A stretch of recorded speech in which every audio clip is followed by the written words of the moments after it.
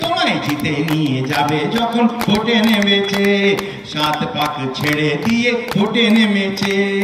বিষ্ণুপুর লোকসভা কেন্দ্রের নির্বাচনের আগে শেষ প্রচারের অন্তিম লগ্নে ইন্দাস ব্লকের আকুই গ্রামে বাবুল সুপ্রিয় এবং ইন্দাস ব্লক সভাপতিকে সাথে নিয়ে প্রচারে ঝড় তুলেন বিষ্ণুপুর লোকসভা কেন্দ্রের তৃণমূলের কংগ্রেস প্রার্থী সুজাতা মণ্ডল। একটি হুডখোলা গাড়িতে আকুই গ্রামের এক প্রান্ত থেকে অপর প্রান্ত ভোট প্রচার করেন।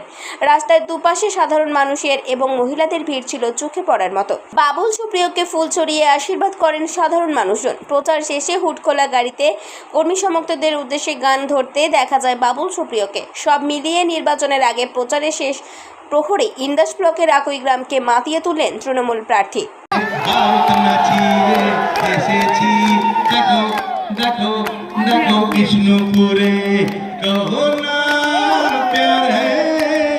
গানেতে পরিচয় হয়েছে, তবু বলা যায়, সবাই বলো মনটা আমার, মনটা আমার। শেষ দিনে শেষ লগ্নে আমার ইন্দাসের মানুষ আমাকে আশীর্বাদ করতে এসছেন, সমর্থন জানাতে এসছেন। ঘরের মেয়েকে তারা জয়ের অপেক্ষায় আছেন। আর আমার এখানে যত মানুষ আছে, আমার তো পরিবার, এরা 25শে মে কখন 4 নম্বর বোতামে ভোট দেবে জোড়াফুলে, কখন ঘরের মেয়ে সুজাতাকে জেতাবে, তার জন্য অধীর আগ্রহে অপেক্ষা করছে। আজ আমার দাদা বাবুলদা এসেছিলেন, তার সঙ্গে আমার ঘরের পারিবারিক সম্পর্ক বহু বছরের, আমি পুরো পরিবারকে চিনি। তিনি আজকে আমাকে আশীর্বাদ করতে এসেছিলেন।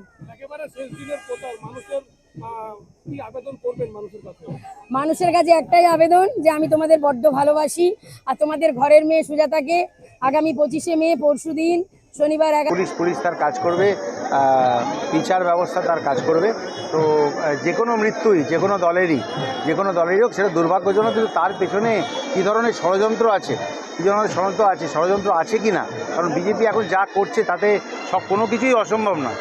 কাজে সেটা আসলে খুঁজে দেখা খুব দরকার। পুলিশের কাজ করতে দিন, সত্যটা নিশ্চয়ই উদ্ঘাটিত। একাধিক তৃণমূল কর্মী সমর্থকদের দোকানে বাড়িতে আগুন লাগিয়ে দেওয়া হয়েছে, সম্পত্তি নষ্ট হচ্ছে। দেখুন শুভেন্দু অধিকারীর নেতৃত্বে পশ্চিমবঙ্গে বিজেপি গুন্ডামি তো করছে, কিন্তু 4 তারিখে যা জবাব পাওয়ার ওরা জবাব পেয়ে যাবে। 4 তারিখে জবাবটা পাওয়ার পেয়ে যাবে।